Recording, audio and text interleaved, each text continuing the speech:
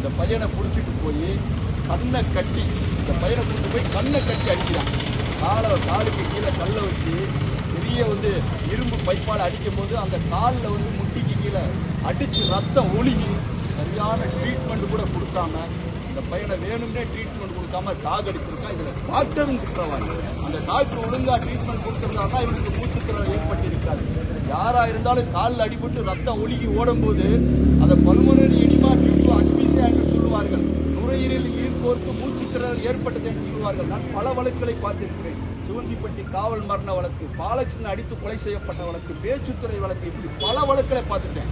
எல்லா வழக்குலையும் கால் முறிவா இருக்கும். கால் முறிவானா ஆட்டோமேட்டிக்கா படபடப்பு மூச்சுத்திறல் ஏற்பட்டு ஒரு நாள் 2 நாள்ல செத்து போயிடுவான். ஒரு இளந்தாரி பையன் 26 வயது நிரம்பிய அழகிய ஒரு அழகான ஒரு இளைஞர் இறந்து விட்டார். அந்த இழப்பை தாங்க முடியாம இந்த மக்களெல்லாம் இங்கே போராடி கொண்டிருக்கிறோம்.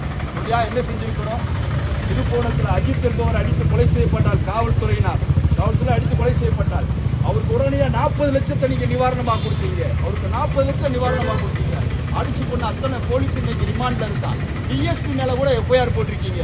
ஆனால் இந்த தேவேந்திர கொலைகளை அடித்து கொலை செய்யப்பட்டிருக்கிறார். இன்னைக்கு வரைக்கும் ஆச்சு. நிவாரணத்தையும் காணும், நீதியவும் காணும். 5 பேரை சஸ்பெண்ட் பண்ணிருக்கீங்க. அடுத்த உத்தரவிலே அந்த சஸ்பெண்டை நீ நினைச்சா ரத்து பண்ணிடுவேன். உடனடியாக அவர்கள் நீ கைது பண்ணிருக்கணும்ல. அப்படி கைது பண்ணணும் அப்படிங்கும் போது என்ன சொல்ல வரேன்னா, எங்களை மாதிரி ஆளுங்க போறாங்கன்னா அவர் உங்க சாதி. எந்த சாதியும் கிடையாது. நான் காக்கின்ற ஒரு சாதி தாண்டா இருக்கான்.